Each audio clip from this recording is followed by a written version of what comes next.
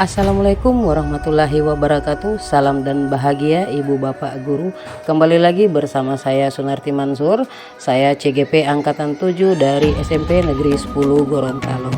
Dalam kesempatan ini saya akan memaparkan tugas modul 1.1.A.8, yaitu koneksi antar materi, kesimpulan, dan refleksi. Dalam pemikiran saya, sebelum mempelajari konsep pemikiran Ki Hajar Dewantara, dalam melakukan pembelajaran di lapangan, kebetulan saya adalah guru olahraga, saya masih kesulitan dalam mendesain pembelajaran yang berpusat pada murid. Masih sering saya memberikan materi sesuai target tanpa memperhatikan kemampuan dan bakatnya atau bakat murid. Selain itu, saya juga mengharuskan semua siswa dapat melakukan praktik yang saya berikan. Namun, saya jarang melakukan refleksi terkait pembelajaran yang sudah dilakukan. Saya masih berasumsi bahwa hasil akhir adalah segalanya tanpa melihat proses murid dalam belajar.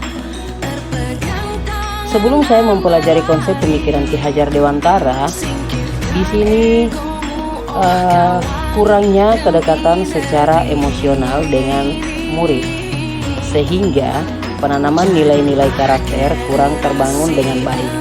Dalam pengondisian di lapangan masih menggunakan ancaman dan hukuman untuk membuat murid agar disiplin dalam pembelajaran dan tanggung jawab. Setelah saya mempelajari filosofi pemikiran Ki Hajar Dewantara, yaitu pendidikan bertujuan untuk menuntun segala kodrat yang ada pada anak-anak agar mereka dapat mencapai keselamatan dan kebahagiaan yang setinggi-tingginya. Nah, di sini ada 3 semboyan Ki Hajar Dewantara, yaitu Ngarso Sungtulodo di depan memberi teladan, Madya Mangunkarso di tengah memberi semangat, dan Susuri Handayani di belakang memberi dorongan. Pemikiran Ki Hajar Dewantara yaitu yang pendidikan memerdekakan, kemudian pendidikan menuntun, dan pendidikan kodrat alam dan kodrat zaman, dan pendidikan budi pekerti. Setelah mempelajari pemikiran Ki Hajar Dewantara dalam beberapa pekan terakhir, untuk pendidikan yang memerdekakan, membuat murid belajar tanpa tekanan sesuai dengan karakteristik dan kemampuan murid. Mereka mempunyai gaya belajar yang beraneka ragam, seperti pembelajar audio, audiovisual, auditori, kinestetik.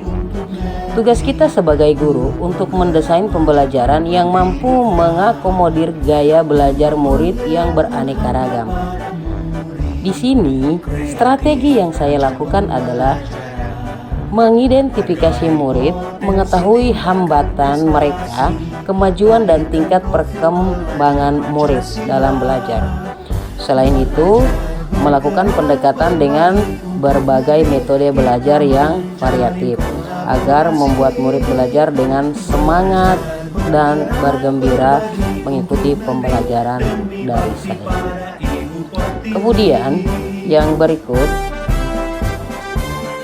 setelah mempelajari pemikiran Ki Hajar Dewantara dalam pendidikan sesuai kodrat alam dan kodrat zaman, di sini saya semakin paham dan sadar bahwa setiap anak itu unik. Mereka memiliki karakteristik, bakat, dan kemampuan yang berbeda-beda. Tidak bisa kita pungkiri juga, anak-anak memiliki kekurangannya masing-masing.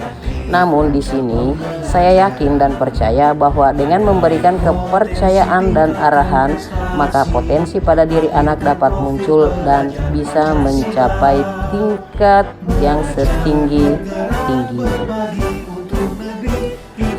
Setelah mempelajari pemikiran Ki Hajar Dewantara dalam pembelajaran atau pendidikan menuntun, saya menyadari bahwa sebagai pendidik tidak bisa memaksakan kehendak untuk diikuti oleh murid. Memberikan berbagai materi tanpa memperhatikan kemampuan dan bakat murid. Karena itu dapat membuatnya tertekan dalam belajar. Guru harus mampu menuntun murid sesuai bakat, minat, dan kemampuannya. Oleh sebab itu, saya berusaha untuk menciptakan suasana belajar yang menyenangkan. Guru sebagai model yang akan selalu dilihat dan ditiru, baik dari perkataan dan perbuatannya. Untuk itu, saya harus menjadi teladan yang baik bagi murid maupun masyarakat. Setelah mempelajari pemikiran Ki Hajar Dewantara untuk pendidikan budi pekerti. Pendidikan budi pekerti ini adalah usaha sadar yang dilakukan dalam rangka menanamkan atau menginternalisasi nilai-nilai moral ke dalam sikap dan perilaku murid agar memiliki sikap dan perilaku yang luhur, berakhlakul karimah dalam kehidupan sehari-hari. Bagi murid, budi pekerti merupakan suatu hal yang harus diperhatikan dan dilaksanakan di sekolah. Maka saya selalu menyampaikan kepada murid agar dapat mengamalkan dan mempraktikkan budi pekerti yang luhur yang sesuai dengan tuntunan agama, baik di sekolah, di rumah, maupun di masyarakat.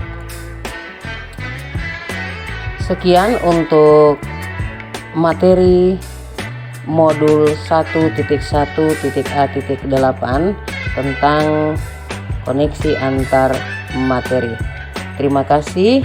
Saya ucapkan semoga apa yang saya tulis ini bisa bermanfaat. Assalamualaikum warahmatullahi wabarakatuh.